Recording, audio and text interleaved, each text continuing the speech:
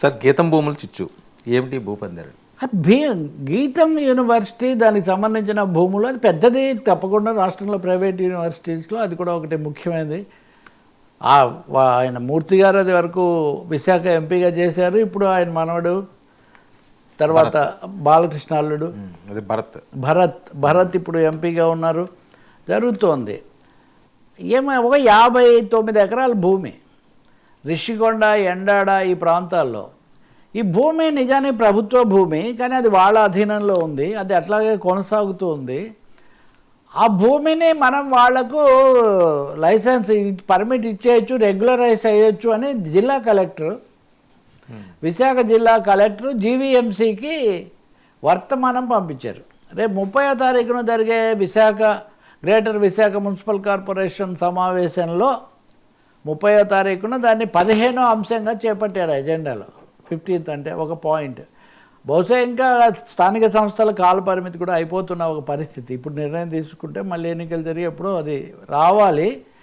దీని మీద తీవ్ర నిరసన వస్తుంది. ఇప్పుడు గీతం యూనివర్సిటీ మంచిదే, సేవ చేసింది, దానికి మంచి అనేక మంది అక్కడ అభివృద్ధి చెందారు, అదంతా నిజమే. కానీ అది ప్రైవేట్ యూనివర్సిటీకి ప్రభుత్వ భూములు, అది కూడా అది చాలా ఖరీదైనవి. రిషికొండ, ఎండాడ ప్రాంతాల్లో దాదాపు ఈ 50 ఎకరాలకు ఒక 5,000 కోట్లని, లేకపోతే ఇంకా కొన్ని వేల కోట్లని ఈ లెక్కలు చెప్తూ ఉన్నారు. ఇంత భూమి ఎందుకు ఇవ్వాలి అసలు? గతంలో ఉన్నటువంటి చట్టాల ప్రకారము, అలాగే సుప్రీంకోర్టు, హైకోర్టుల మార్గదర్శకాల ప్రకారము ప్రైవేట్ సంస్థలకు ప్రభుత్వ భూములు ఇవ్వకూడదు. పైగా దాన్ని ఇవ్వకూడదు అని చెప్పడం కోసం గతంలో నిషేధిత జాబితాలో కూడా పెట్టారు.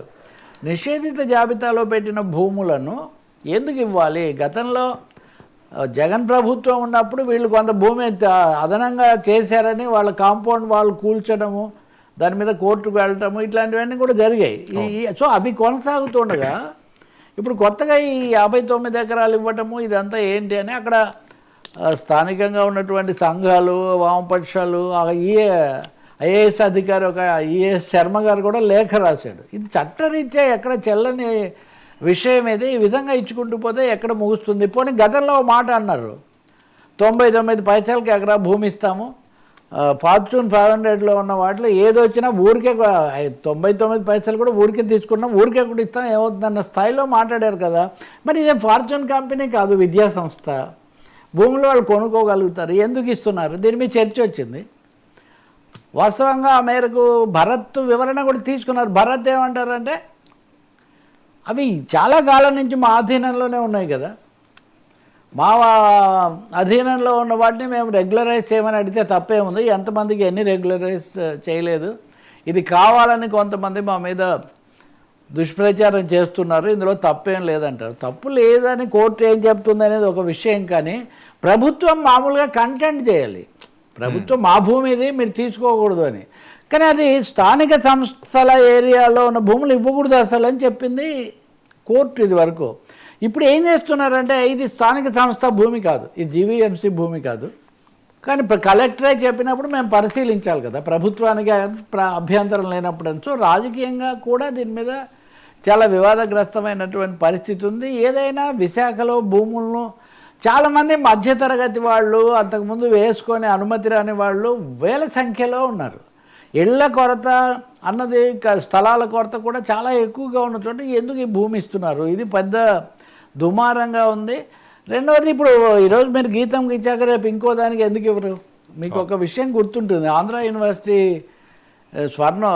ఈ శతవార్షికోత్సవాలు జరిగినప్పుడు అప్పుడు కూడా ఎంపీగా భరత్ గారు ఆ వేదిక మీద ఉన్నారు.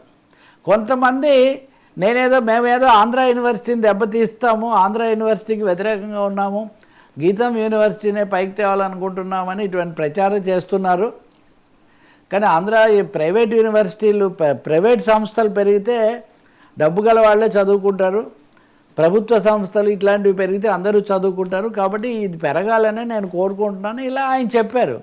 అయితే అక్కడ చాలా విమర్శ ఏమొచ్చిందంటే అసలు ఆంధ్ర యూనివర్సిటీకి ఒక ప్రైవేట్ యూనివర్సిటీకి పోటీ ఏంటి?